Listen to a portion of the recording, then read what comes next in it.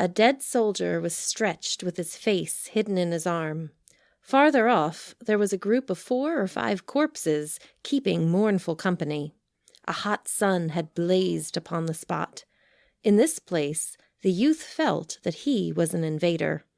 This forgotten part of the battleground was owned by the dead men, and he hurried, in the vague apprehension that one of the swollen forms would rise and tell him to be gone.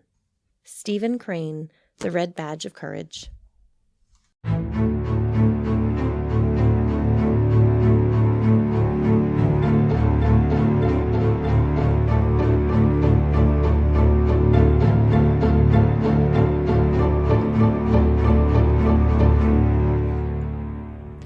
Welcome back to this week's episode of the Well House Exorcism. I am your hostess with the mostest and the most fabulous person ever, Shanna. And I got a pocket full of sunshine. Who has name? PJ. Lovely to see you again. And I'm sitting right across from the bestest, most fabulous hostess ever. Thank you. Across, not next to. Yes. And I'm Laura. Welcome back. I'm Ray. Everything they said. All of the above. All of the above. Check, check, check. Well, this is a fantastic episode. Now that we are well into it, we're going right into our farmhouses, if you will, because when the battle was being waged and when people were fighting, they had to go somewhere to take care of the people who were bleeding and dying. So building off the Cashtown Inn and the Farnsworth Inn, we get to see how the farms and the barns and even like little closets became places to put the dying. Ray, there's no puke or poop this episode. Oh, thank God. Just hauntings. Just hauntings and people who are dying and writhing in pain. Mm-hmm. Oh. And cool houses. So yeah. Yes. Historic, cool house. What a lovely reprieve from last episode. Right. And a lot of them you could stay in. Yes. They're now inns and lovely. Yes. Our museums. A couple of ghostly apparitions. But that's okay. That's okay. We can handle It's that. fine. It's better. Well, today we are going to talk about the Dobbin House and the Jenny Wade House and the Shriver House and the Weikert Farm. Fun fact, there are like 10 Weikert farms because they were families and they bought a whole bunch of farms. So there's one to the north of Little Round Top, one to the east of Little Round Top, one over there, over yonder. Over yonder. So, as I was doing research, I'm like, there's a lot of farms. Which one am I talking about? Across the meadow. Cross the matter. Through the woods. Round and about, hippity hoppity. Yes, sound that way. If you hit the second crick, you gone too far. So I felt like I took the wrong one because I was like, the Jenny Wade has to be much easier. There's only one Jenny Wade. But we're going to start off tonight. Do you have anything you want to talk about, Laura? You said you wanted to complain a little bit. Well, just about my car. Is that what you mean? Yes. Oh, Let the listeners know that you're human too.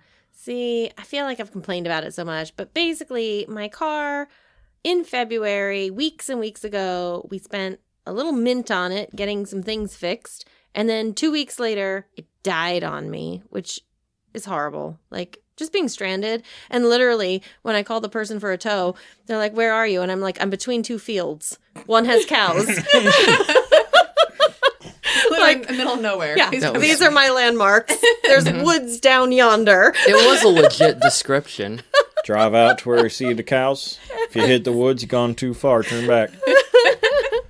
And so that was 3 weeks ago, and they still have my car, and they still can't figure out what's wrong with it. So you think it's their fault, right? Because it was like fine-ish when you got it fixed in February, and now. So it even goes back farther than that. In June, they fixed this part, and then apparently, so then once it died, we had it towed back to the same mechanic, and so of course they spent a week looking for everything that could be wrong with it, and then finally they're like, oh, maybe it's the part we just fixed 6 months ago. And then they looked at that and they're like, oh yeah, that failed. And then they started talking to other Volkswagen specialists. It's a Volkswagen Passat wagon for anybody who's interested.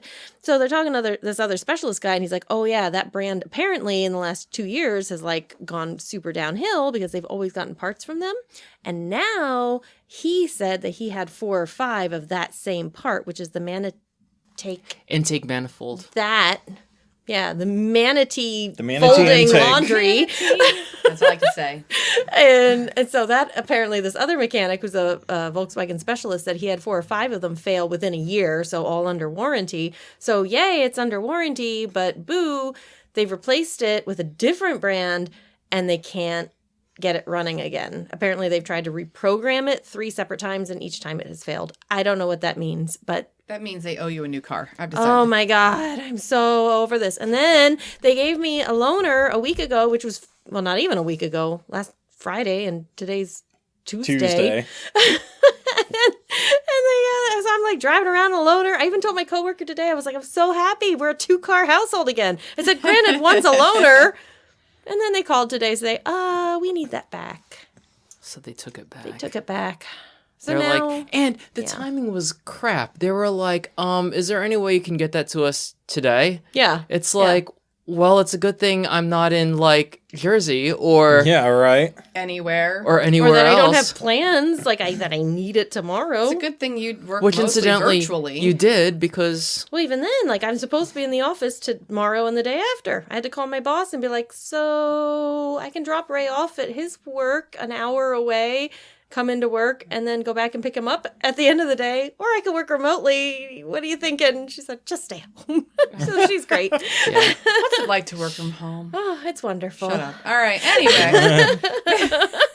But I was in today. So there's that. Oh, boy. You poor thing. Yeah. I It's feel been ya. my... It's been a year. And it's Oh, only March, God. right? Like, it's been a year. I'm telling you, we need to find out whatever gypsy we pissed off. We need to fix that situation, and then we need to hide from the rest of Yes. Every 2023. spring. yes. Every We spring. never touched that wheelie wooden freaky doll thing. It's not our fault. Oh, I don't think it's us. Maybe I think we it's need our own. generations of something happened. Like, I'm afraid like a the last parent name. might have like run over a gypsy woman like in Eastern Seriously, Europe, and they're yes. like, Oh, that's my fault then. Oh, no, you're Ukrainian too, right? Yep. yep. Some Lithuanian. Yeah. Right? You can't say yup. Well, I know, not me, but like, I know that you're. He married in. He took the Marion, last yeah, name. That's what you get. I took the last name too. We're in this forever, right? I know, lucky us. We should form our own support group. We should. I know. It's only the 2 of us too. Just the 2 of us. That's true. All right. I don't anyway, know if we can make it if we try, We though. can't. Only with bad jokes and sobbing. I know. We should start every support meeting with like burning sage. Just for effect. I don't know if it really does anything for that. Just feels for us. good. Like we're doing something. We're trying. Oh, All right. I do want to announce Oh, go ahead. that at this time, pretty much the same week that this episode airs, we will also be appearing on a crossover episode That's right. with Liminal Unlimited. That is Ooh. correct. Liminal Unlimited asked us to come in and do the historical background to Skinwalker Ranch. Congratulations, Thank guys. you. That's Beautiful. exciting. I've already done my research. I'm very excited. Oh. I have pages of notes. Have you done any Nice. research? I mean, I remember a lot of it, but I'm going to be researching a whole bunch. Just listen to last podcast on the left. You're fine. And we have an actual Zoom interview coming up this coming Thursday. So next week, I should say next Thursday. Yeah. So I'll be coming up soon too with Kevin Paul, my super best friend now. Yeah. Very That's exciting. And how many listens do we have now for the Well House Exorcism? A lot. I know. It's so lovely. Thank you, listeners, for making this the most listened to. We're at almost 3,000 downloads. Oh, wow. I think we're beyond that now, though. That was back on Sunday. I just want to say that we should rebrand. Instead of being Games Overboard, we should be Games Under the Well House Exorcism. Ooh. What do you think, honey? No, you had that opportunity. I said early on, I was like, we can change the name. We can do all that. Originally, because I thought his would be like way more like, listen. Who knew? He gets lots more interviews, though. But in any case, true. it's very exciting. Different strengths. Different strengths. Wow. Yeah, and you're at 3.07 thousand. Nice. So thank you, my listeners, for being over 3,000 downloads. I very much appreciate it. And I just like rubbing it in my hubby's face every week. I'm pretty sure they all come from Games Overboard. Like, they all come to see our video interviews, and they're like, oh, there's a spooky podcast. And then they leave me. They leave me to come over to you. You But guys- we appreciate it. We really do. We're all fun and games. And actually, Liminal Unlimited asked, like, how do we tag the Well House Exorcism? I'm like, you don't. Like, I'm a subsidiary of Games Overboard. Oh, I'm like, listen, my husband and I work together, and we our website is really cool. Okay, just saying. It's a podcast empire in the making. It is. It is. From our creepy basement. Watch out, the ringer. We're coming for you. It is not creepy. It's actually done up very, Very very nicely. nicely. Thank you. It's very tasteful. I put a lot of work into it. Yes, you did.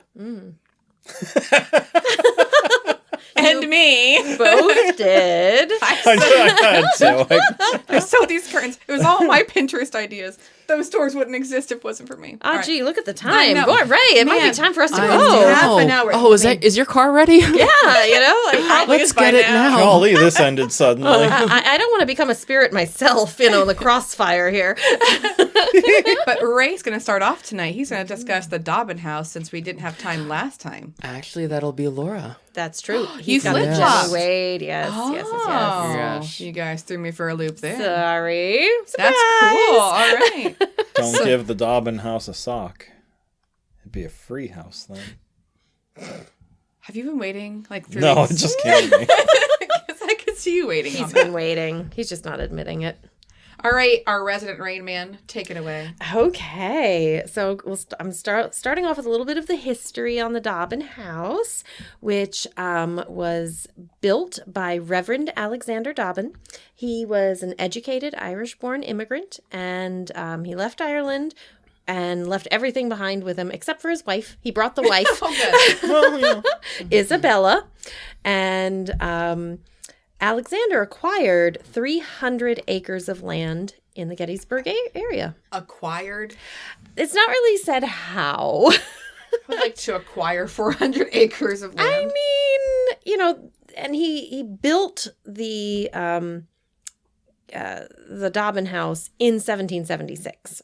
So Oh, okay. so acquired could just be him literally moving there and saying, "I own this now." Yep. I know.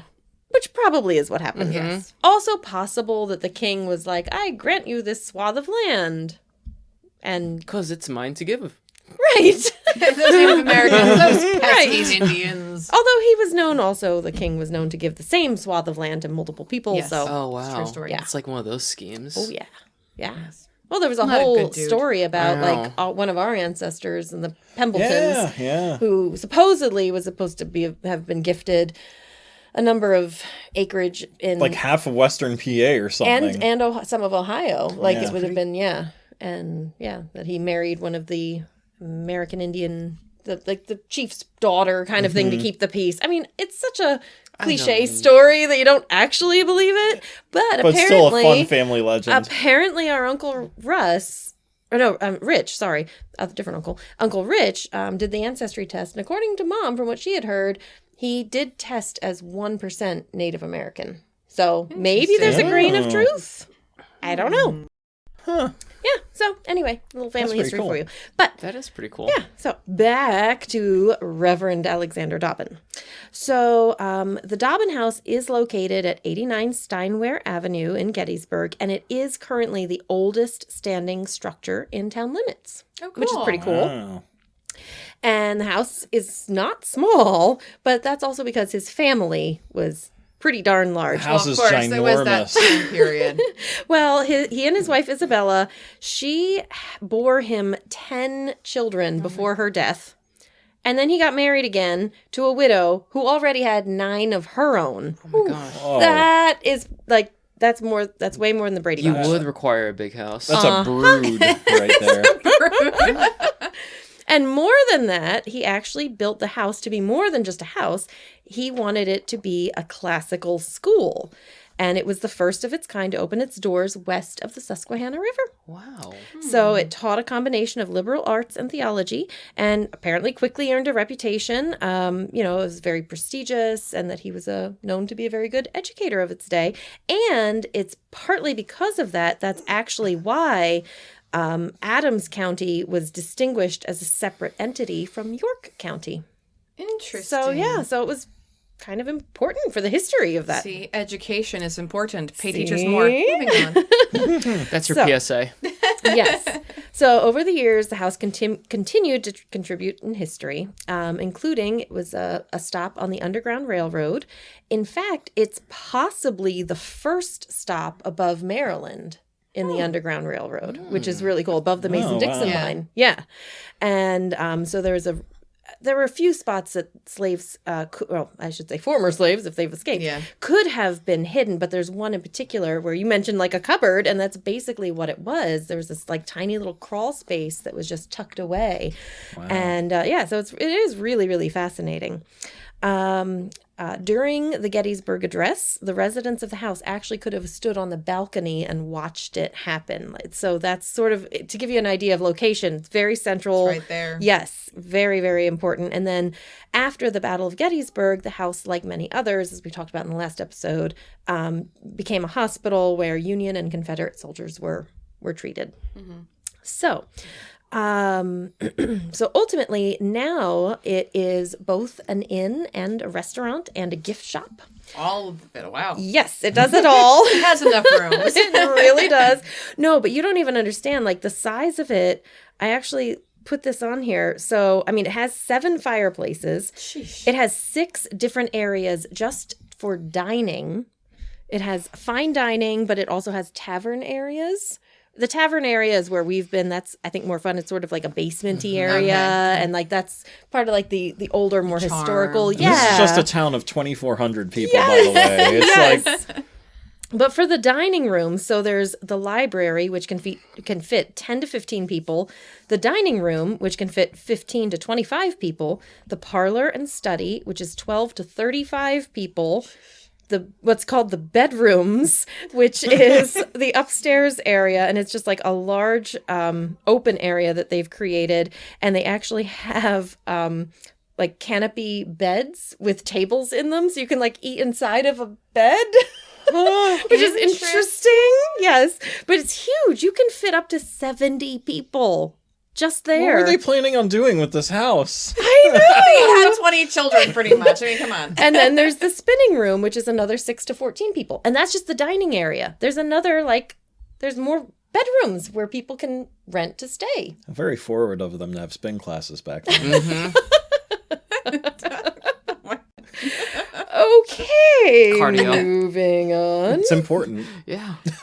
Oh, that's the progressive heart part rate of his up. education. You know, you get your gym in there too. Yeah. Yes, it's Working not in the just- fields doesn't get your cardio up. It's not obviously. just arithmetic Plus, and the writing music is and so much better in reading. spin class. So, in terms of the spooky stuff, spooky stuff. So, reportedly, Reverend Alexander Dobbin, I can't just call him like Mr. Dobbin. He's like Reverend Alexander It's gotta Dobbin, be, you know? the whole thing. So, but he's apparently still on premises smoking his cigar. People see him around quite a lot. He wasn't doing spin class. No spinning. And people do reportedly see the runaway slaves quite often, which makes sense. Yeah. But I do have a few other stories that I found here. And so here's one of a woman who took her youngest son, who was 14 at the time, and a friend of his on vacation to Gettysburg, and they ate at the Dobbin House. We got our drinks, and as a joke, he looked at his straw and said, "If anyone is here, move my straw." The straw went straight up in the air, and we all laughed. We thought it was an air bubble. But then it continued to happen for another 5 minutes. I just want my drink. Another story. Imagine if you're trying to drink it and the straw keeps moving away. Zipping around. You're here. Hello. I'm thirsty. Timothy, stop it. Can I get a new drink? This one's taken. This one's defective. Something's wrong with its manatee intake. Right? So another story in the restaurant was another woman who was in the shop with her family waiting for the table to be ready. My sister was talking to me and told me to move over so the boy could get past me. He was behind me. I moved forward and over a little as she suggested, and she looked at me and said, "Where did he go?" There was no boy in the store besides my son, who was nowhere near us. The boy she saw was wearing blue and was blonde. Aww. Whoa.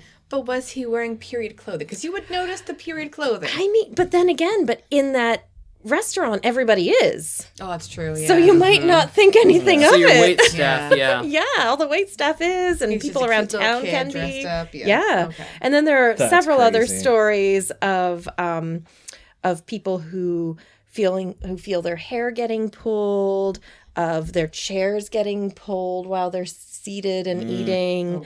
And then there's another story of a woman that says here that she was having lunch at the tavern and my cloth napkin completely disappeared off my lap. It was just gone. It wasn't under the table. It wasn't anywhere. Our waitress says this happens often. Well, there's lots of stories of women when they were around the houses, when the soldiers came who were in pain, they would find anything they could to bandage them. Sure. So maybe it's a residual kind of connection to them trying to find any kind of cloth. It's funny you say that because this is the other last bit here. That ghosts can still be seen, and it's talking about soldiers, both Confederate and Union soldiers. Some still covered in blood-soaked bandages, Yum. while others are heard their moans of pain echoing throughout the Dobbin House. Just like that. Ray and I are just like sitting there finishing up our like chocolate dessert. Shut up, I'm trying to enjoy my dinner. You turn, you see like blood. Oh, now I'm not hungry anymore.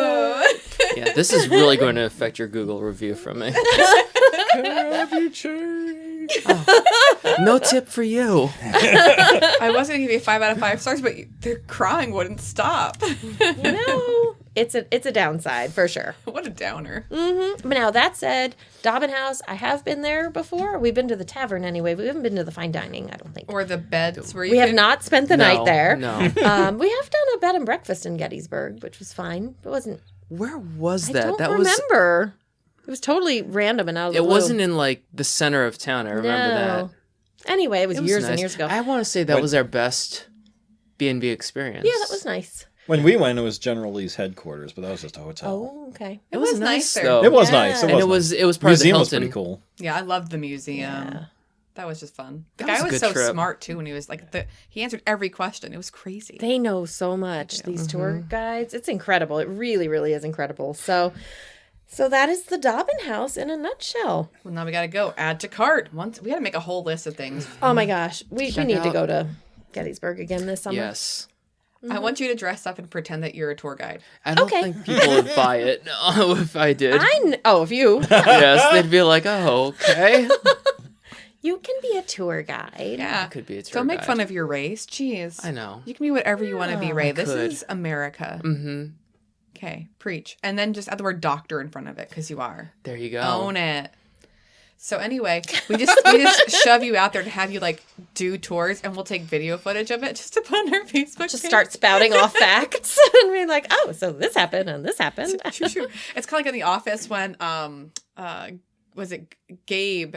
He happens to look like Abraham Lincoln, so they give him the Oh. Abe Lincoln hat, and he's like, "Oh, this happens a lot. People just think that I'm Abe Lincoln," but then he really like gets into the store and he starts acting. This could be you. You could be the Gabe. I mean, I'm willing to try it. We'll see how it goes. There we go.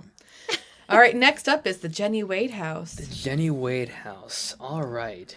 So, this house is named after Jenny Wade. What? Actually, Whoa. I know, spoiler alert, guys. Wow. Her name was actually Mary Virginia Wade, so we derived Jenny, but she actually also went by Ginny, or she was commonly known as Ginny Wade as I know. well. I said to her, right, this is just like with Forrest Gump, where everybody called her Ginny, but she was Jenny. Yeah, And now it's the reverse. Jenny. Ginny. And, well, I'm going to call her Jenny. Thank you. Oh, yeah. I get confused otherwise because Yes. When she was Because introduced, everybody's- people said, "Meet Virginia." Yeah. Oh, jeez. And then she was like, call me Jenny. but please not Jenny. With an N-I-E at the end. No, just an I. No I, just an I. I forgot what I was going to say. Oh, yes. It's okay. So anyway, that's who the house was named after, and she was a resident of Gettysburg. She was actually the only civilian casualty ever for Gettysburg, right? 20 years old, and what happened was she was baking bread in the kitchen. Not actually baking, she was kneading bread, all right? And a stray bullet entered the house. Fun fact, actually this isn't fun at all, but It's on this episode, this podcast, we say fun all this the time. wasn't even her house. This is actually her sister's house. Talk about the worst luck talk about ever. bad luck, Oh my yeah. gosh. And the crazy thing is that she was at her sister's house. Georgia McClellan, Her husband's name was John. They actually owned the Gettysburg Hotel, the McClellan family. But anyways, because she didn't feel safe where she was. Ironic. Yeah, Put another true way, irony. she was where she Tragic was irony. because she thought she'd be safer there. God's Yeah. just like, it's your time. And she's like, well, I'm not home. No, I'm not home. it's your time. Poor Jenny. I know, it's like Final Destination. Yeah. Yeah, Poor thing. I know. I think her name might actually be Jenny Hayden Wade. Yeah, there's that.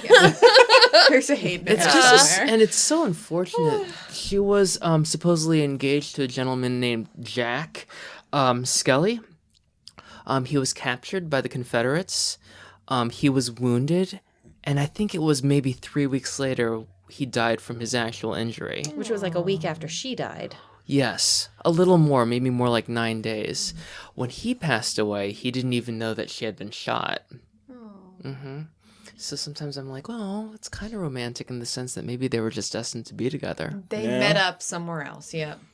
So it was just a stray bullet that came in? It was a stray bullet that came in through the door, got her into the shoulder, and then entered her heart. She died on impact. You can still see where the blood was or is when she hit the floor. But Oh, yeah, she wow. died on impact. Wow. And you got to think too, like with all the different sharpshooters, all the battles happening, to have only one person like that's a civilian die. That's Yes. actually pretty amazing. Yeah. odds. Well, yes. Well, and It didn't you is, but say- it's just like a head scratching moment. I'm like, you've tried to do everything right. I'm like, how did this happen? And didn't you say, Ray, that there were like a lot of bullets that hit the building? I didn't say that, but there were a lot of bullets Do that you know? hit the building. Do you remember? The north side of, I believe, got the brunt of it. Okay. Oh, that makes So sense. what was she yeah. doing Yeah. upstairs? Get back down the basement, Jenny. Come on. Yeah, and I think there were I think you said over 150 bullets. But I mean, when you think That's about worse than the Farnsworth. well, it is. But you think about like 150 bullets there, 135 at the Farnsworth. Like, how is she the only one? I mean, I'm glad, but Yeah. it's incredible actually that she really was the only civilian casualty. I guess after 150 bullets, you're like, yeah, it's not getting through. I can make my bread now. I'm good to go. Yeah. Well, little did I know.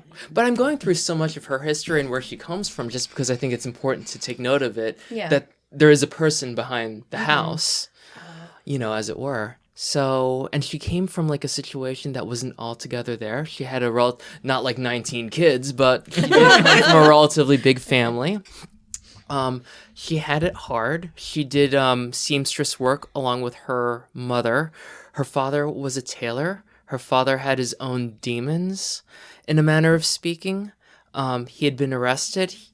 He actually was admitted to a mental asylum. Oh, wow. Eastern State Eastern no! State, yeah. He No. exited? get this. I was helping Ray a little bit with the research. Eastern State, 2 years Solitary confinement, yeah.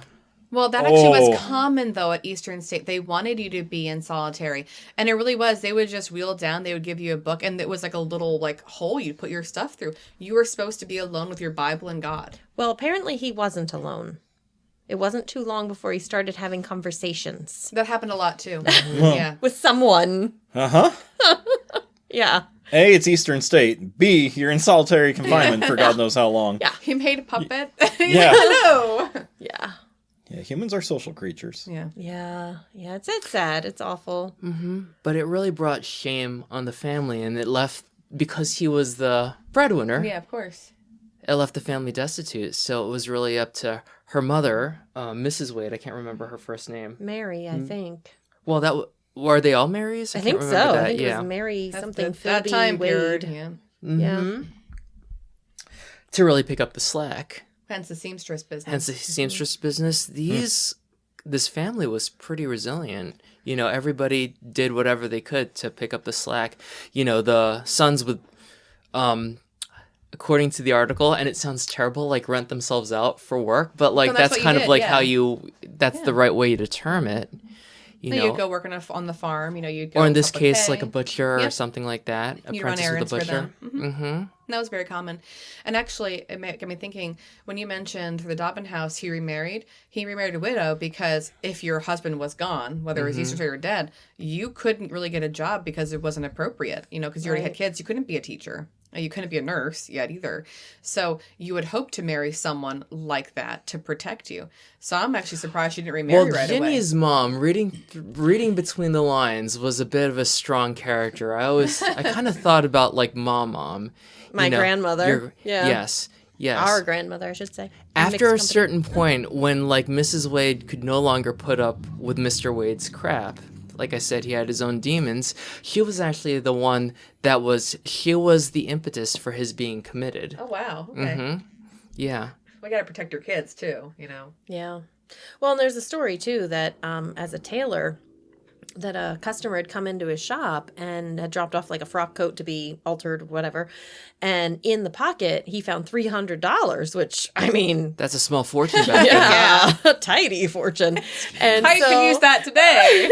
So he has a choice, like you give it back, you got a good loyal customer, or you don't.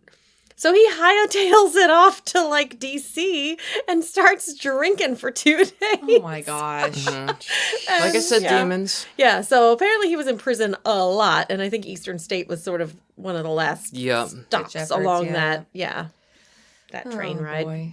But she was a tough broad, Mrs. Wade. The day after her daughter. See, like Laura said, her daughter was actually kneading the dough when she was shot, died on impact. The following day, Mrs. Wade, her mother, actually baked 15 loaves. With that bread that her daughter was kneading when she died. She was you don't let it go to waste. No. She was just like, morning, okay, back to work. She was definitely that kind of broad. And then almost 20 years later, she actually petitioned the U.S. government for a pension to be paid out as a result of Jenny Wade. Jenny Wade's service. Jenny Wade. Aw. Yeah, Jenny Wade's service. And got it. Got a military pension paid to her civilian daughter who just randomly was shot by a stray bullet. Mm-hmm. Because she probably just didn't stop until she got a yes. I think so. I like her so much. I know. I want to learn so much more about her. I have things to learn from this woman. Where she's buried, I'm talking about Jenny Wade, Evergreen Cemetery. The flag is actually up 24/7. There are only a few women in history that's done for. One of them is also Betsy Ross. Yeah. Makes sense. Wow. So, and was that because of her mother or her sister? Having the flag there. Her sister. did So again, the women in this women. family just had character behind them, it would seem. I think you'd had to if you grew up with, like, if you're married to or grew up with a guy like their dad, you'd have to. Yeah. Mm-hmm. Yeah. So this is a little bit about what she went through and a little bit about this woman's character. In terms of creepy stuff, a lot of photographs are taken, and in the images, you'll see something. Usually it's some sort of... Like orb? An orb, or even kind of like those pictures that we took in Gettysburg, where you can kind of like make silhouette. out. Yeah. Cold spaces that you can walk, I love those. Not really. They're creepy. They're great. They're weird if you've It ever is experienced weird. one. I think once. It's weird. Once I have. People have said that they've seen her. They've actually seen her walk the through the dough. premises. God. Don't do it, That would Jenny. actually be so weird. Can you imagine, like, walking in and all of a sudden you, like, smell bread? I'd be cool with it. Yeah? I'd be like, I want some. It smells good. Make me hungry. And there was actually a situation where it wasn't Jenny Wade, it was actually her mom, Oh, okay, well, that makes sense too. Mrs. Wade, who responded to questions that were posed to her. I don't exactly... Through EVP. Yes. Huh. And some of the things that when they identified her, when able to communicate with her, some of the things that they asked, it's Mary Ann Wade. Mary Ann. Okay. Okay. All the Marys. All right. Yep. Yeah. Did you feel poor? And she was like, and her response was something along the lines of, "Oh Lord, yes." Does bear poop in the woods? It's a weird question to ask. Yeah. Mhm. A lot of actually the questions were kind of geared towards her, Her life. well, her like the personal like economy, I guess, Yeah. as it were. Somebody else like, did you work hard? Yes, and all sorts of questions that kind of relate to character. Yeah. Was being a seamstress hard work? She was like, yes. Yeah. So Can I have harder questions, please? I feel like I'm just saying yes. she's like, it's not like I have anywhere to go, but This is dragging on. I know. I love Next that, question. dear Lord, yes, though. That's great. What do you think? I never would have thought to ask that question. Like, of all the Yeah. questions to ask, you know. But I guess if... But It makes sense. I understand but why, It did but- form their personality, what they've gone through, and Oh, the lack yeah. of money. I think anybody For who's sure. well, I mean, anybody that's experienced some sort of financial hardship, I think you'd be surprised at how much that can have an effect on Oh, yeah. on who you are and So what you do and what your habits. The house that they were in with the bread and, of course, with Jenny dying, you said that wasn't their house? That wasn't their house. That was the McClellan's house. And they had gone there for safety, ironically. Yes. Okay. Her Yes. and her sister, Georgia, gave birth... Sorry. Pretty much the same day that the Confederates arrived. Like an hour before the Yeah. battle started. Wow. Right? So, like, when I'm telling you. so we very well might be man. related to this family. Oh my gosh. Right? Stay in the basement. She and her mother leave their house on Breckenridge Avenue to go to their sister's house. I mean, partly because the sister's like on the brink of having a baby, but Yeah. also because they're like, oh, it's not safe where we are. It'll be safer here. Only to have the sister have the baby, and like a day later, as you're making There's bread Jenny. in the kitchen, Yeah. boom. Mm-hmm. See, Shot. and that's common thread, though, the idea of, like, going elsewhere for safety, because that pops up in my storyline, Mine too. All right. Kyle has his creepy thought for this week, and it is about your conversations about Jeremy, the ghost boy, last week. So without further ado, Kyle's creepy thought. I think one of the people. I thought it would be a good idea if we turned Shannon into the girl. I thought it would be a good idea if we. I thought it would be a good idea. I thought it would be a good idea if Shannon into the girl from Ringu. This is bad. This is really bad. It's Ouija. Every time. It's a beach every time. That's me. So, pardon my dog snoring. They're usually not here when I record these, but it is what it is. I was thinking about the ghost of Jeremy, who was run down by the carriage in front of the Farnsworth house. Now, I'm not one who believes in child spirits unless they're residual. I just feel like it doesn't make sense that young, innocent children would be left to linger by those on the other side. I feel like there's always something darker afoot. However, this seemingly residual replaying of this child's death made me start to wonder, what if the residual replay of the horrible event is in fact a telepathic manifestation of the father's horror and regret? What if his haunting is born of the sorrow and regret over his perceived failure in protecting his son? He forces himself to watch the tragedy replay over and over and over again, wishing he could have made it end differently. What if witnesses are actually observing one man's personal hell? Well, way to be a Debbie Downer. Yeah, I'm super depressed. Because if he dies, like, you're going to go ahead and see your little boy. Unless that's residual too. Well, I know, I'm just, You know, I agree. like if it's all residual, which it sounds like it is, really. Yeah. I mean, whenever you hear of a repeated event happening over and over and over like a broken record, like it's usually residual haunt. It doesn't think, it doesn't react to other people. It just happens. plays, you know. But, like, I think that child ghosts can exist, so I see it really as just a residual replay of what happened. Yeah. So, like, I personally don't agree with Kyle on that, but I see where he's coming from. The idea, like, you want them to be elsewhere, you know? Like, this could it be something darker? Or in this case, could it be the dad's depression? Absolutely. It's just a residual. I'd be curious as to like why Kyle would think that child ghosts aren't like a thing.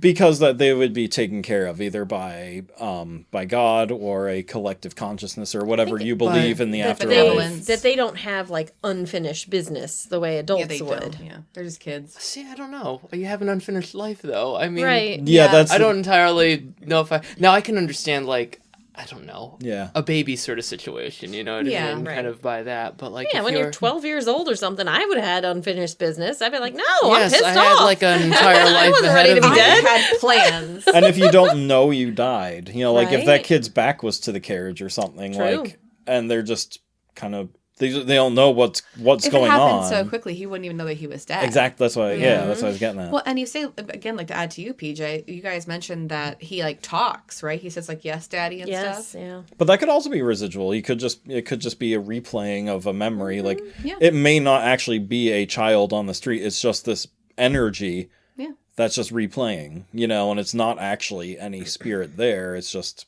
imprinted energy on the land. So we have to ask him questions like, were you poor? Did you like being poor?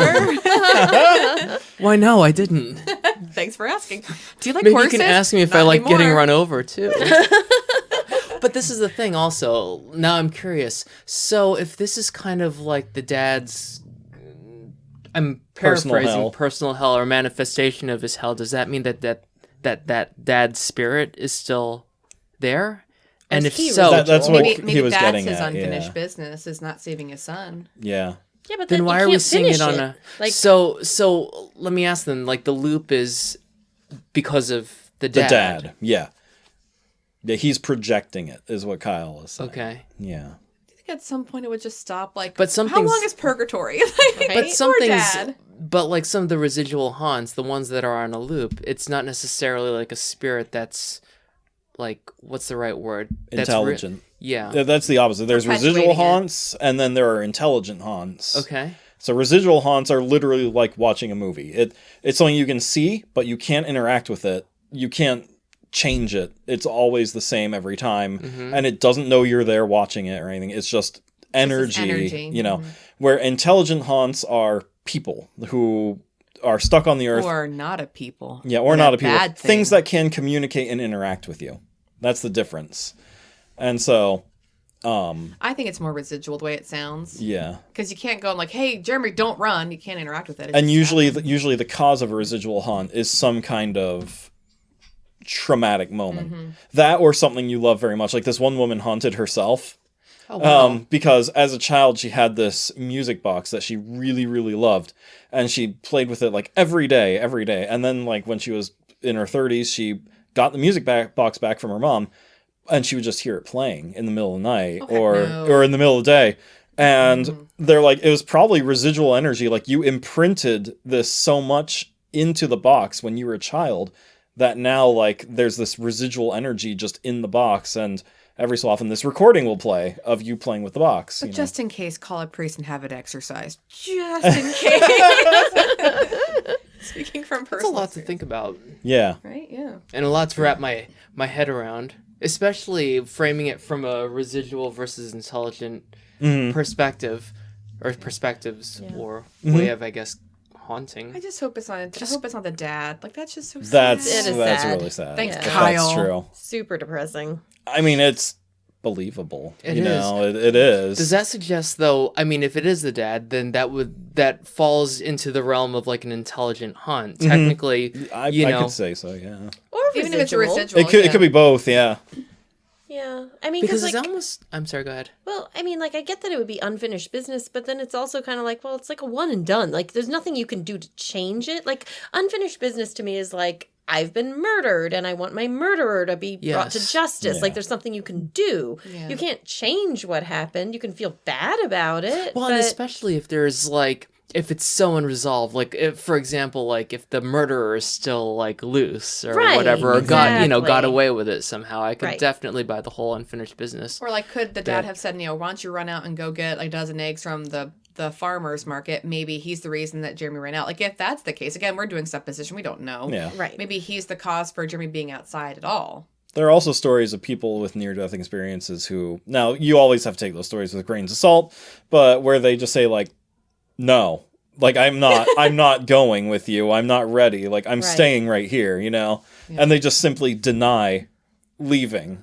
And that could very well be the case here. Right? For either the father or child, Uh-huh. theoretically. Well, Yeah. it's traumatic, but like a carriage accident like that, it wasn't uncommon. If you were close to a horse and carriage, that was a possibility. Just like car accidents, you don't want them Yeah. to happen, but they're common. Yeah. Yeah. That's why you look both ways. That's right. Don't play in the street. That's right. There's my PSA. Don't play in the street, Everyone kids. listening. Look both ways. If and you don't play in do, the streets. make sure someone yells car. Yes. I like how Laura and Ray are giving the advice to children, and we're the parents, and we're like, have fun, whatever. Yell car. Kids, if you're listening to this, what are you? Why? Small children listening to this. Have your the parents wheels on the listen bus to it go and get round permission. round. All right. Well, next up, thank you, Kyle, for that. That was lovely and made us think a lot. Mm-hmm. Lovely. Wrong word. Lovely in that we got to think. It was thought-provoking. Yes. Hey, we use the word fun fact and it's not fun. No, so. it's true. That's I We right. get our did that. adjectives confused. We try to make this more lighthearted because people are dying and bleeding and, and getting their legs chopped off. Making bread. The most horrifying thing of all, having to cook in the kitchen. Bread takes forever. It does. Hey, 15 loaves. No, thank you, A honey. lot of bread. It's a lot of work. So the next house we have is PJ's. So go ahead, take it away, sir. All right, so I'm talking about the Shriver House, and I have a shocking discovery with A this. fun fact. Yes, I'll get to the fun fact in a moment. So first, the history of the house. Okay.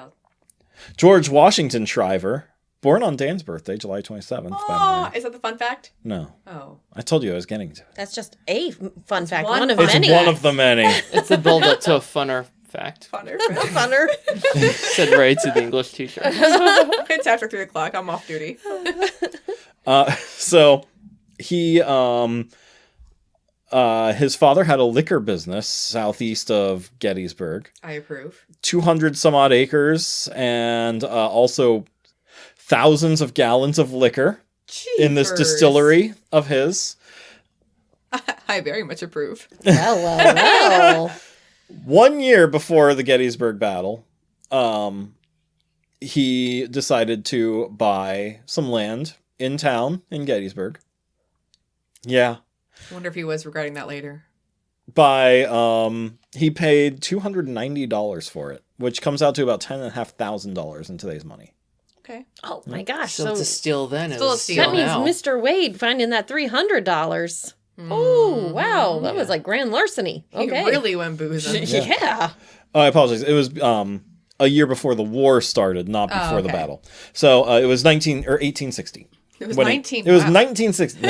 No. So he bought the place, and he, in August of 1861, so a couple months after the war had begun, the house was complete, and it was called the Shriver's Saloon and 10-Pin Alley.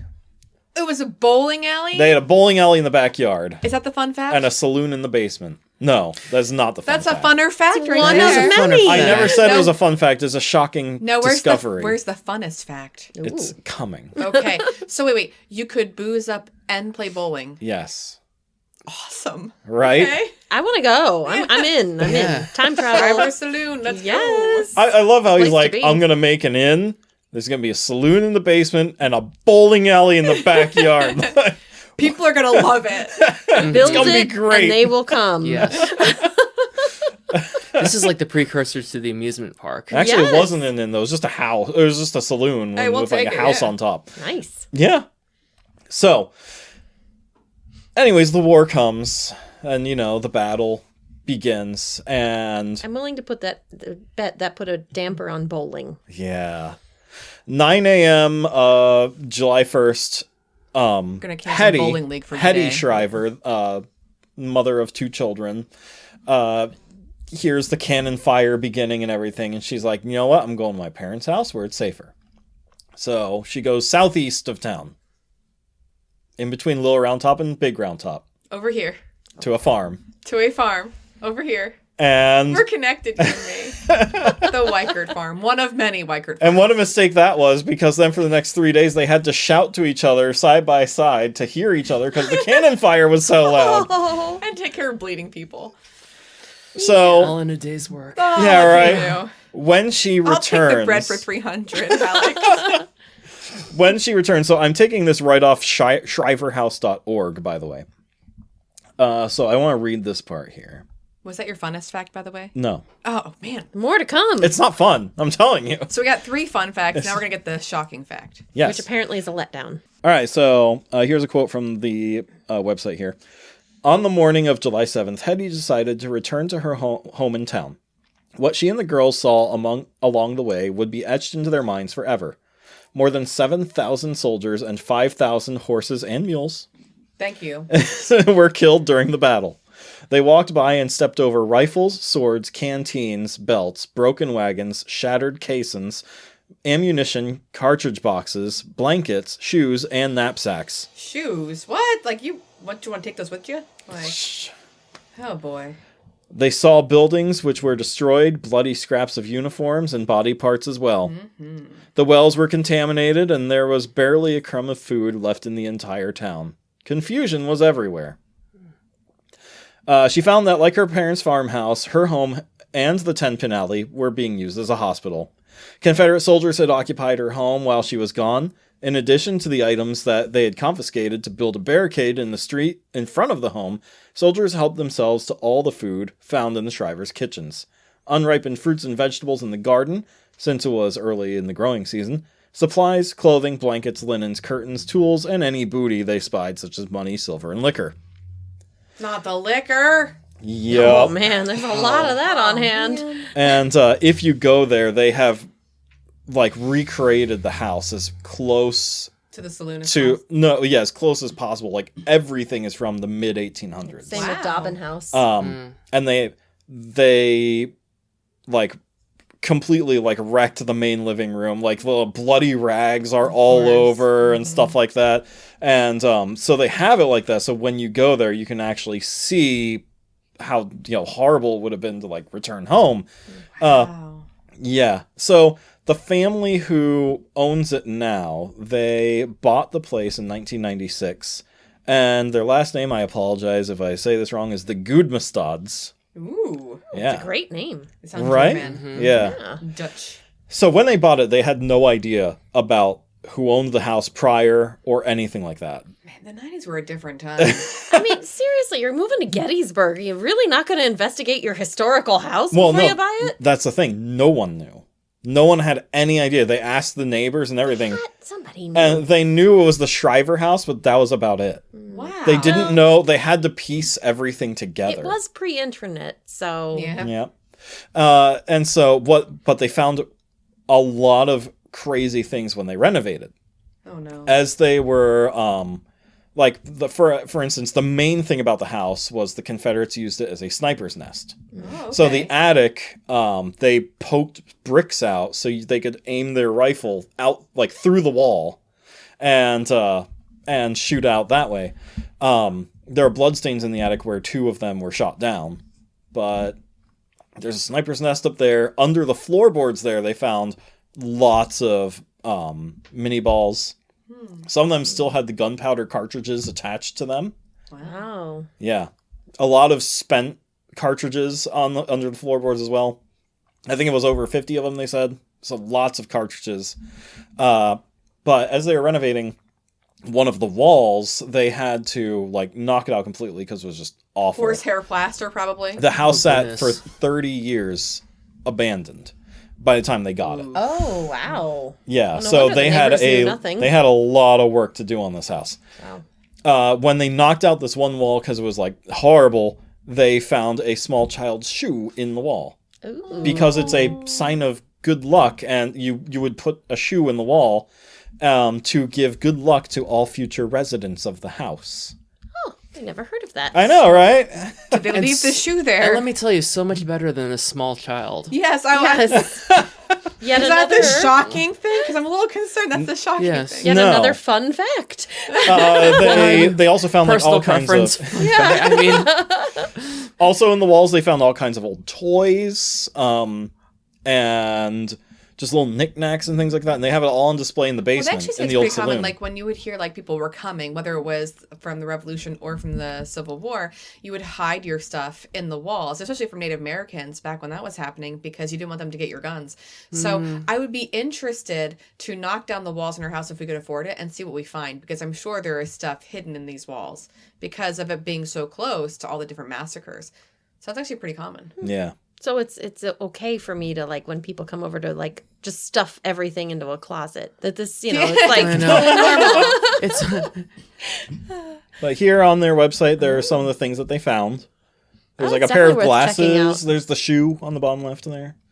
Things like that. Interesting. Gosh. Yeah. Should have So just what had a is- yard sale. So their main thing in this museum is they wanted to showcase what it felt like to be a civilian in this house. Like when you go there, that's all they talk about is the civilian aspect of it all, which is really neat. I like that. Yeah. Well, because I feel like this entire episode is focused on the civilians, not so much the soldiers. Yeah. You know? Right. Yeah. What's The it like to impact. go upstairs to make some bread? Ow! Right? Dang. So what's the shocking? So the shocking thing, 0 ghosts. What? This is a ghost-free house. It's because What? of that shoe. Yeah. That is a And letdown. and like if you Google like haunted places in Gettysburg, Shriver House is there on every Yeah, it list. is. Nope, no ghosts. They will not talk about ghosts in any of their tours or museums. They have never had. They've been there since Okay. '96. They've never had an incident. So hang on. They don't talk about it, They say or they it haven't doesn't had an incident at happen. all. It doesn't happen. And also, the Mason-Dixon Paranormal Society went and did like an overnight investigation. They're like, yeah, there's nothing here. Like there's just nothing in this place. See, because if I were a ghost, I'd be all up there playing bowling and getting. Right? Some That'd be the partying place to Yeah, be. if there's a place to hang around forever. That's- that's- But you know what, though? I have to wonder if it was abandoned for 30 years, and if there's no one paying attention if to they're you, just bored. you just went somewhere else. I If it's just wonder. a hospital, like you would assume that they were having amputations and like some horrible things happening. And if there's a sniper's nest, you would assume there'd be some kind of residual Yeah. haunt from the 2 snipers who were killed in the attic. Yeah. But nothing. Nothing. Interesting. Fascinating. Fascinating. I am fascinated. That is not the funnest thing, but it is interesting. I will Yeah. tell you, that is a shocking kind of thing. See? Yes, and a letdown. You were Yes. correct. I'd still want to tour it. Yeah. I'd Yeah. still Oh, want to see what it's all about. really. Yeah. Well, I feel like just going in and seeing what the civilians saw after the battle was over, I think that's horrifying enough. Yeah. Because we can talk about them walking, as you read, like walking over guns and, people lying on the ground and dead horses and mules. And like we said yesterday, they mentioned that they walked past a pile of limbs that was higher than the fences. Yeah. Oh, Ugh. So I like thought you we have, were over this. I have my own thing to do. And this is so- no, 6 we're not. days after Oh, the battle began. So it's gonna be ripe. Smell that fresh Feet. country air. Plus, their feet already. I know. Well, there's stories about how, like, again, this is for the battle episode, but after just a couple of hours of battle in the field, it was so hot that the bodies were already bloated. Oh yeah. So Oh yeah, because it was like 100 degrees, and all 3 days of the battle, it was very, very hot, and they're in wool uniforms. I mean, I can't get it. imagine carrying 50 to 100 It's pounds hot of gear. and smelly. Yeah. Got the memo. I mean, we can go into And they've greater been detail. marching for days I too. know. And- I mean, it's not like they're taking last regular episode, Ray's baths. like, they had to smell bad anyway, and then And then we'll skip that. But for I'm now. really, I don't know, this sort of stuff. I mean, I'm just a big fan of personal hygiene. So when I hear about things that run kind of counter to that, it kind of gives me the heebie-jeebies. I teach 8th graders, So it doesn't phase you. no, they're learning that daily showers are important. So let me tell you about the Weikert farm one of many. squared. 'Cause there's so many. So when I was doing my research, I typed in Weikert Farm hauntings, Weikert Farm. And then after a couple of days of reading over my articles, I'm like, wait a second. This one says George and this one says Jacob. What's going on here? And I realized that there's different locations. So literally, there are multiple Weikert farms. One has been renamed the Timber Farms. The George Weikert Farm is actually owned by the National Park Service, but the Jacob Weikert Farm is not. So again, there's multiple ones. So the George Weikert Farm is actually, you mentioned, near Little Round Top. They thought it'd be safer if people ran away to there. So multiple people went to different Weikert farms. Well, that's unfortunate. Yes, and then what can you do? So this farm is, it says here, like I'm reading from the Gettysburg Farms and Buildings. The George Weikert Farm is at the corner of where United States Avenue, Sedgwick Avenue, and Hancock Avenue come together. It is one of several Weikert farms in the area at the time of the battle, with 3 belonging to George's sons and another to a distant cousin. So again, a heckin' lot of them. Okay. So this farm is 78 acres and it's north of Little Round Top. Okay. Then there's Jacob, which one is the east. Okay. So this one's smaller than Jacob's. Jacob's is pretty big. But anyway, it says George and his family left the farm during the fighting because, again, a lot of them ran away, right? Afterwards, they returned to scenes of desolation and disgust and dismay. So it says the house was a field hospital with wounded filling the parlor and amputated arms and legs piled outside the windows, plural, right? Yum. According to family history, 6 men died just in the parlor, and the yard was filled with graves. When the buried were exhumed to be placed in the National Cemetery, the missing parlor rug was found, cut into strips as the top and bottom layers of the burial trench. So, take out your rug, chop it. There's our makeshift, box. I don't know what To be fair, it was probably saturated with blood anyway. Yeah, you didn't want it. So We're not going to get that out. Yeah. No OxyClean is going to get that out. No. Baking soda and peroxide. I don't think so. Nothing. So of course, when they get home, everything's been destroyed. Their food is all gone. There are stories, of course, of the wells in the area going dry, the creeks running dry too. But they did try to help as much as they could because, you can't let your dying man there to die. They did help out as much as possible. And they were very happy to have the soldiers exhumed and taken off their front lawn.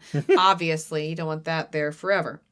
So the New Jersey Brigade actually bought the farm to preserve it because that's where a lot of their brigade was during the fighting. And now it's owned by the National Park Service. So that one is one farm. Now it is haunted. Okay, not to be confused with the Jacob Weikert farm or the other 5 million Weikert farms. So in the George Weikert house, there is a second-story door that refuses to stay closed. No matter what you do to close it, she opens up again. One park ranger went so far as to nail the door shut with a small wire nail, but it refused to stay closed. So I find that fascinating. That's so cool. Yes. Like in our basement, keep the door closed. Keep door closed. The ghosts are like, no. There's also the sounds of footsteps pacing back and forth, generally in the attic, and it sounds like someone's pacing, like they got some bad news. They're waiting for bad news.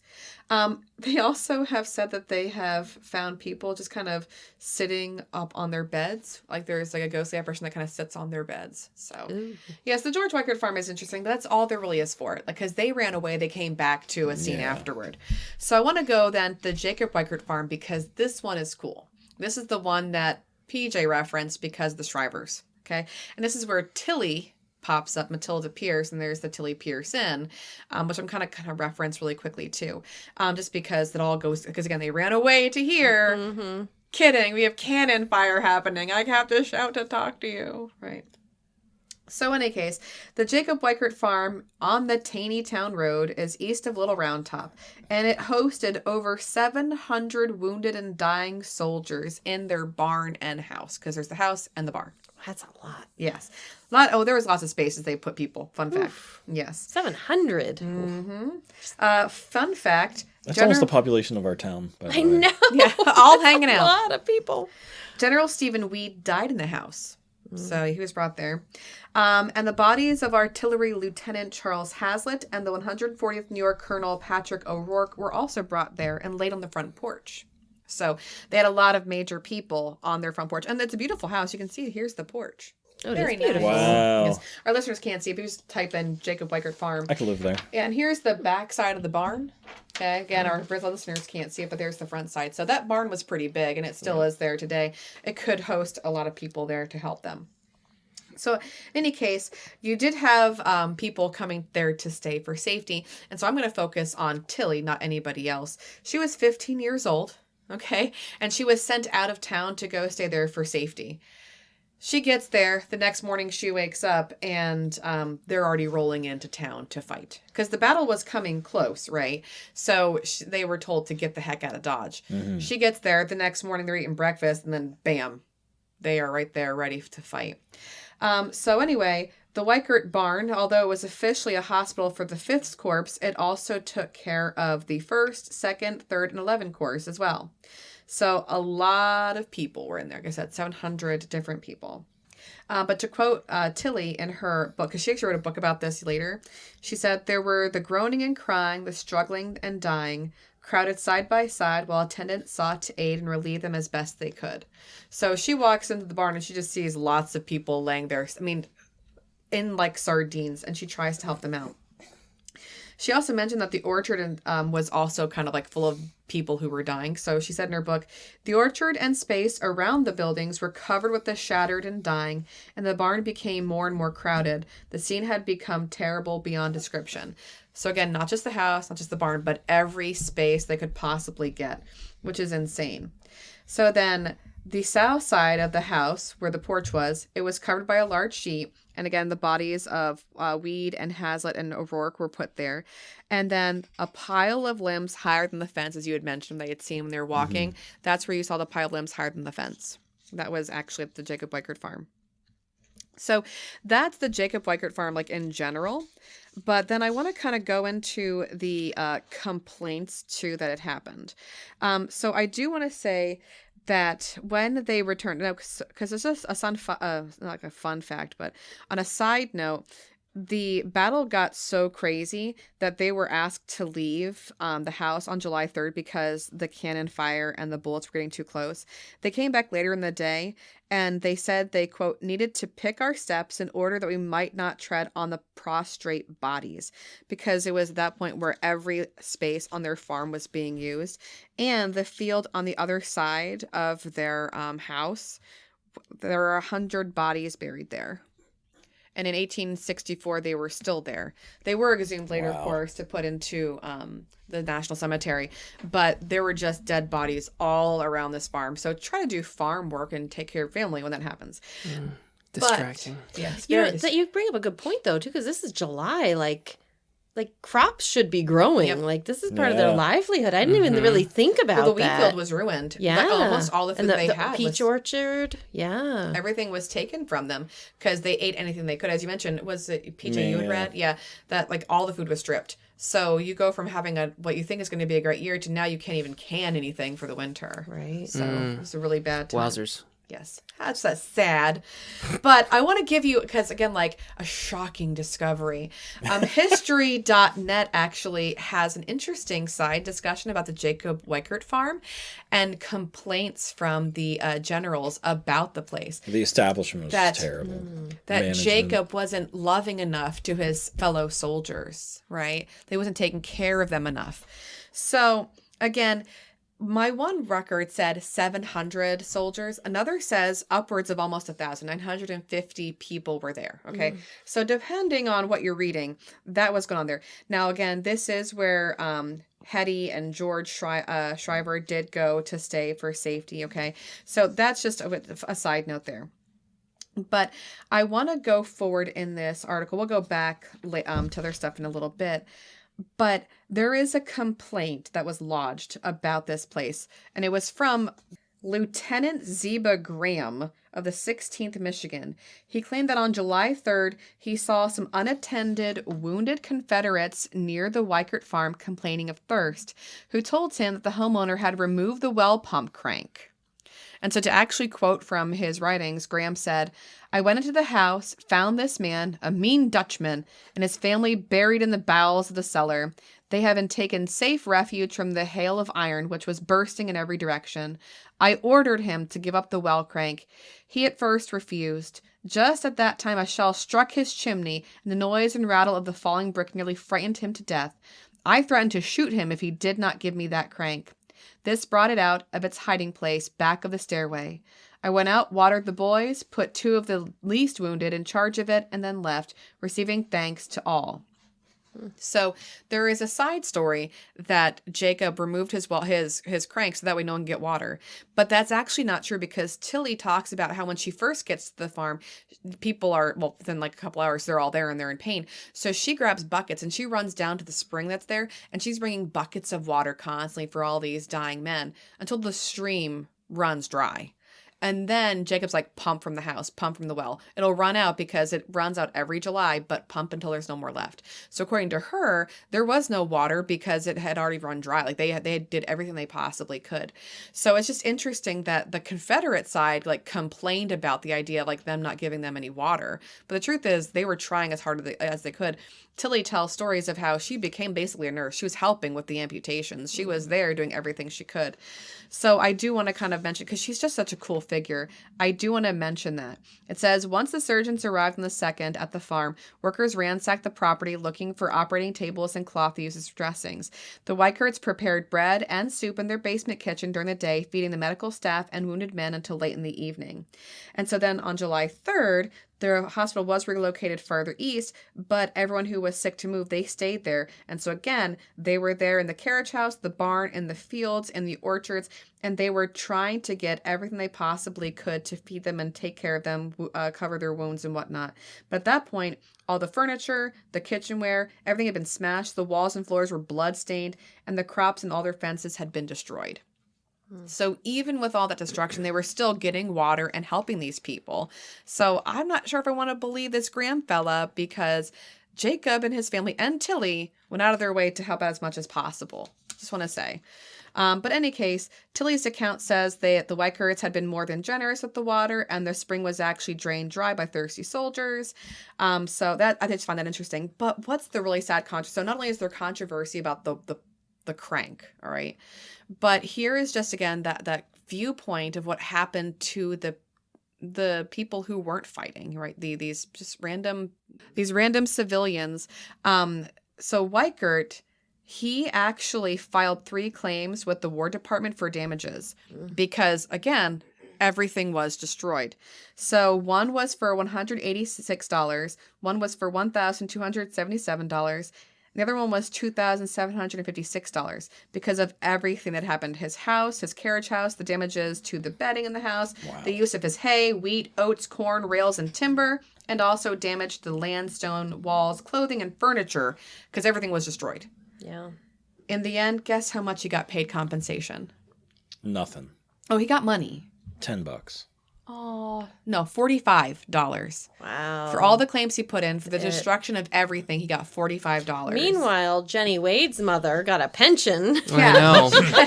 For one random bullet, Yes. this guy's Which out. is, again, I think that woman, there's something about that woman. She's a lot stronger Yeah, she's than the fascinating. pages Yeah. That's interesting. demonstrate. though. Yeah. And so, I mean, she wrote the book Tilly Pierce, so since she was there. Now, Tilly stands for Matilda. But her book is called At Gettysburg, or What a Girl Saw and Heard of the Battle, A True Narrative. It's fascinating. Like, I have this whole article. Actually, it's from the Civil War Ghosts again, posted by a blogger from there. But I just wanted to kind of mention, it's like Tilly took all of the ghosts from the Jacob Weikert farm and took them to the inn, because there are things that happen at the Jacob Weikert house, of course, the usual things you can imagine, but you can't find it much online because it's like they all went with her. Even though she wasn't even in the house, she'd gone up to Little Round Top for safety. So I just think that's kind of funny, but the house is haunted. So if you go to the house, the most haunted room is the Blue Room, and it's inhabited by soldiers who were once treated by Tilly. Their footsteps can be heard marching through the halls and in the attic above. And actually, there's a scene of patrolling troops that are witnessed by the guests outside, because there's a story from Tilly early in her book where she's still at her house and they see the Union soldiers walking through and they're amazed because they look good. They got their plumes going, because again, there's that romantic side of war still. So all of her and her girls, they go out and they actually sing songs to the boys as they're walking along. But that scene now replays where they actually see the troops marching through. Wow. So similar to the whole Jeremy thing where it's outside. But they also see ghosts sitting on the edge of their beds, for example, too. No stuff being packed up for you to leave, which I guess is nice, unlike last week. But they do see ghostly children. They've been encountered playing within the bed and breakfast, and then they vanish before the guests' eyes. So kids playing, then poof, gone, which matches some of your guys' stories. But there is a poltergeist. And you'll appreciate this poltergeist. All of us will. It's a cat. Yes. What? It's a poltergeist Oh my cat. god. Just goes around knocking mugs off of Yeah, tables. and it's seen scampering about, and it just, it's That not... is awesome. This is my Yes. favorite poltergeist ever. Yeah, in no way malevolent, but if it sees a cup, smacks her back. Yeah. So a poltergeist cat. So again, I just thought that was kind of a fun ending to all of our sadness, right? So we have the George Weikert farm, which definitely is haunted. Jacob Weikert's is too. It's privately owned, of course. It's not owned by the Park Service. But what's interesting about that is, again, all the ghosts went with Tilly back to her house, it seems. Because they have way more cool stuff that happens kind of at the makes end. sense though. If she was caring for them, bringing them water, you'd stick with her. And that's why I hold that Graham guy lying. All right. I'm just stuck on this cat. I just want to get like a ball of yarn and see what it does. Oh, it's like I want to name it Tabitha. Oh wow. boy. No, okay, so yesterday I was listening to last week's episode, right? And I missed a perfect opportunity. When you're talking about the carts full of limbs, they must have cost an arm and a leg. Oh boy. You really did miss one, didn't you? Don't you dare play that. I saw you reaching for that button. It's too late. No badoom ching for you. Oh boy. So with that being said, the end of our episode is always, is it haunted or is it not? Do you think these places, apart from PJ's, are haunted or not? And I think why? the Shriver House is haunted. It's a cover-up. It's a cover-up. It's the only haunted one. They're just not admitting to it. Everything else is a distraction from the blinders. real haunted place. But oh yeah, I mean, I think the entire town is just yeah. Whether it's saturated. residual or it's Yes. you know intelligent, I think it's haunted, and I think these ghosts came with Tilly. I think she brought them home. Oh yeah. But Jenny the Wade cat, House is haunted. the cat. Yes. I want to. If I have to have a poltergeist, a second time, I would like a cat. All I would right. name it Meow Tilda. Oh, because her name's Tilly. Oh, I like that. Wait, so he gets congratulated. I see. what, yeah. I see how. What, it your is. cart full of No, feet Tabitha. and like Tabitha. Tabitha. it would have been fine, but then you followed up with your joke Yeah. about that. Yeah. That's true. You were ankling for a joke. Oh man. We almost liked you. Gotta hand it to Ray for that one. Oh. You really put your foot in your mouth, didn't you? Yeah. You wristed it all. Oh gosh. Okay, we need to end this madness. Oh boy. All right. So next episode will be the Gettysburg Hotel, the Gettysburg Orphanage, Gettysburg College, and your friend. I hope so. If it Yeah. opens, it's gonna be a long episode, but it'll be fun. Yes. All right. Maybe it'll be a two-parter. We'll see. It Yeah. could. Oh, yeah, there Episode you 4 is go. going to be 2 parts with all the different places. So thank you for making me the most listened to of all of our podcasts. Listen for us on Liminal Unlimited for the Skinwalker Ranch episode. Super exciting. And look out for a Zoom interview with Kevin Paul, my best friend, soon. And without further ado, Ray, take it away. Take us home. Okay. I have a quote here, and it goes like this. So that's a serious quote, Ray. I know, I should have thought that one through. You can just edit that. No, it's going to stay in there. The spectral soldier was at his side like a stalking reproach. The man's eyes were still fixed in a stare into the unknown. His gray, appalling face had attracted attention in the crowd, and men, slowing to his dreary pace, were walking with him. They were discussing his plight, questioning him, and giving him advice. In a dogged way, he repelled them, signing to them to go on and leave him alone. The shadows of his face were deepening, and his tight lips seemed holding in check the moan of great despair. There could be seen a certain stiffness in the movements of his body, as if he were taking infinite care not to arouse the passion of his wounds. And he went on.